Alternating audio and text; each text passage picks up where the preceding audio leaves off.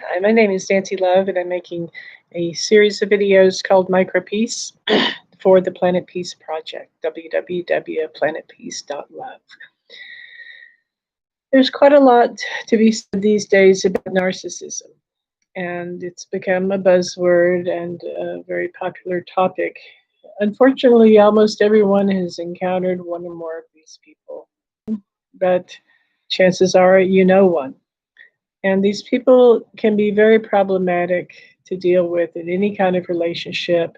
Sometimes you're stuck in a relationship with one because it's a parent, maybe.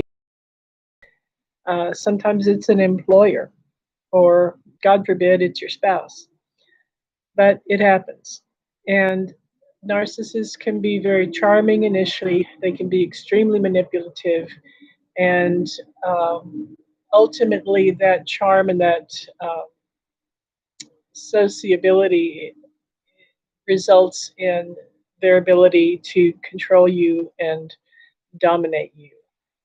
Narcissists are frequently thought of as people who think of themselves as superior to everyone else, but in point of fact, when I think about uh, narcissists that I've known personally, their big deal is actually control. They don't necessarily have to seem superior all the time, but they do really want to control you. They want to control you cognitively, they want to control you emotionally, and they want to control you behaviorally. That means that they want to tell you what to think, and God forbid that you disagree with them ever about any subject, because after all, they're always right in their own way of thinking. They want to control you emotionally, and that uh, often results in them trying to discredit or devalue you if you do have. They will try to make you feel bad about yourself and try to upset you emotionally, walking out the door. A narcissist needs you much, much more than you could ever need them. Narcissists need you to remain in their pocket and in their control because they often feel that they're not in control of the world, so at least they might as well have a few victims that dance like puppets at their behest. At the core of narcissism, the irony of ironies is that we find it's massive insecurity. These people aren't confident. They may act like it, seem like it, but I've talked to some of these people, and in the dark night of their soul, they're actually very insecure. So, this overblown behavior is actually an overcompensation for deep feelings of insecurity and inadequacy. And that can be very surprising when you finally peel the onion. Domineering narcissist is a frightened child. This is very typically seen, and I think it's a lot more obvious in the childhood bully. It's that someone who feels like they're in an out group, they're not going to be brought into the in group. They're an outsider, and so instead of trying to be more popular and more accepted, they get more distant and more unhappy and behave like thugs. Well, not every adult narcissist started out as a childhood bully, but some may have. And ironically, when you get into the core of the behavior, the source of the behavior of an adult narcissist, what you find is a childhood bully gone awry, somebody who is insecure, someone who lacks confidence, and therefore overcompensates by seeming overly confident, overly controlling, and they really, really need you to be their victim. One of the things that triggers a narcissist is your independence. If you think for yourself, if your emotions are not dependent on their ability to control you and try to make you feel bad about yourself, if you have adequate self confidence. If you're normal, sane, and healthy, by God, you've just accidentally triggered a narcissist because they're none of that. So your very healthy personality, your stability, your ability to love, your ability to forgive, your ability to be tolerant of variations in behavior and personality, all of that is actually suspect to them because they want it. They see that you have it. They're jealous of you, and it's very sad because you're over here being normal and healthy and kind and cooperative and loving and popular for good reasons. And maybe your charm is essential and it's natural and it's honest. And all these other behaviors that they exhibit are attempts to mimic you, but they're not intellectually or emotionally mature enough to try to admire you and emulate you. A narcissist might very, very much want to be sincere and charming and popular, but they try to get about uh, being part of the in group by controlling. So it's very sad. Only the truly mature psychology, only the truly evolved soul can see something that they want in another person and decide not to be jealous or try to take it from them, but instead simply admire them and try to emulate them. And when you are sane, healthy, balanced, reasonable, and popular for sincere reasons, that can be very threatening to someone who is deeply on every level an insecure mess inside. There are a lot of ways to go about dealing with a narcissist. Many people say distance yourself, get away. But once again, if that person is your employer, your parent, your spouse, that can be very complicated. So you have to learn coping techniques. And I would suggest that one of the most important is emotional distance. You may not be able to physically distance yourself, at least not yet in your life, but you can develop what we call an internal locus of control. Don't let them destabilize your self concept. That's what they want. They want you as insecure and dependent on them as they are insecure and dependent on you. But if you don't let that happen, then you just won the game.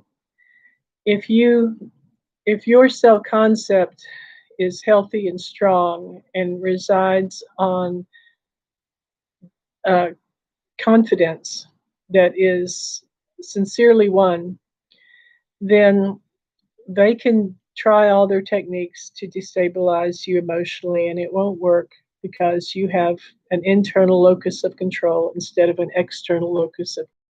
You're not giving them the power to make you feel bad because you know that they're the ones who are domineering, arrogant, possessive, controlling, and you're over here being healthy, stable, sane, and compassionate. I guess that brings me to another point, and that is that narcissists and abusive people in general do tend to target as potential victims people who have a lot of very positive personality characteristics, here again, because of their own insecurities. And your very spirituality, your very compassion, all that empathy, your forgiving nature, maybe you have a religious foundation that supports your system of ethics and your behavior towards others. All of that is very threatening to them because they don't have any of it and they envy you. Someone I spoke to in October said, "How do you glow? How do you continue to just glow like you do with all you know and all you've been through and the way the world is? How do you glow?" Well, I would have to ask her, "How do you not? How on earth do you not glow? How do you not find some source of radiance and beauty and compassion and empathy and love in your heart? I don't know the answer to how she doesn't glow, but I know why I do. It's because I haven't let anything that's going on in the world, anything that's gone on in my past, or anything that I know that is painful knowledge or could be, make a person bitter or depressing, prevent me from shining a light. We are all here to shine a light. And if we are letting love rule our lives, then we're going to continue to shine. And those narcissists can just hide and watch or go away, but they need to let us go. Narcissists can be very dangerous because they will hold on to people who try to leave them, um, sometimes even with very negative techniques and consequences. I will say this: narcissism is very, very frequently paired with things like antisocial personality disorder, bipolar disorder, obsessive compulsive disorder, and drug and alcohol abuse. So these people can be dangerous, and they are true abusers in the world who stalk and come after spouses who leave. And if you are in a marital relationship with a narcissist, you need to get as much familial and friend and social support as you can when you leave. Get your pets and children out, get your possessions and yourself out, but try not to do it alone. Because when you try to leave a narcissist, particularly if they have obsessive disorder, bipolar disorder, drug and alcohol abuse, and antisocial personality disorder, you're dealing with a very, very dangerous person indeed. I will say that narcissists sometimes have histrionic personality disorder too. Most narcissists are histrionic. And history by histrionicist, I mean someone who wants all the attention all the time. They're very dramatic, but not every histrionic person is narcissistic. Some histrionic people just want a lot of attention. They have a different level of insecurity. They're very social, even hypersocial. They're very, very dependent. And they're the sort of person who's always talking. They're the sort of person who hates to be alone, whereas that really doesn't fit the entire clinical picture of the average narcissist. So basically, to accidentally, inadvertently trigger a narcissist, all you have to do is be healthy, sincere, joyous, independent, and sane. And none of that's your fault. All of that is hard won. And you don't need to feel responsible for their pain. What I would suggest is that the very personality characteristics that you have as an empath, as a nurturing person, as a tolerant person, as possibly a forgiving person, a spiritual and or religious person, all of these things will cause a narcissist to want to make you pray. They will see themselves as a predator, and you may to them unless you're mature enough, wise enough, experienced enough to see that sort of thing coming. And then you know that you're nurturing, forgiving, compassionate, or spiritual, or forgiving, or kind, or compassionate, or nurturing in order to be used and abused. You're all of those things to live a life of humble and sincere service in the world. But you are not prey, and you don't have to let predators who see all those qualities in you that are so beautiful and that really shine.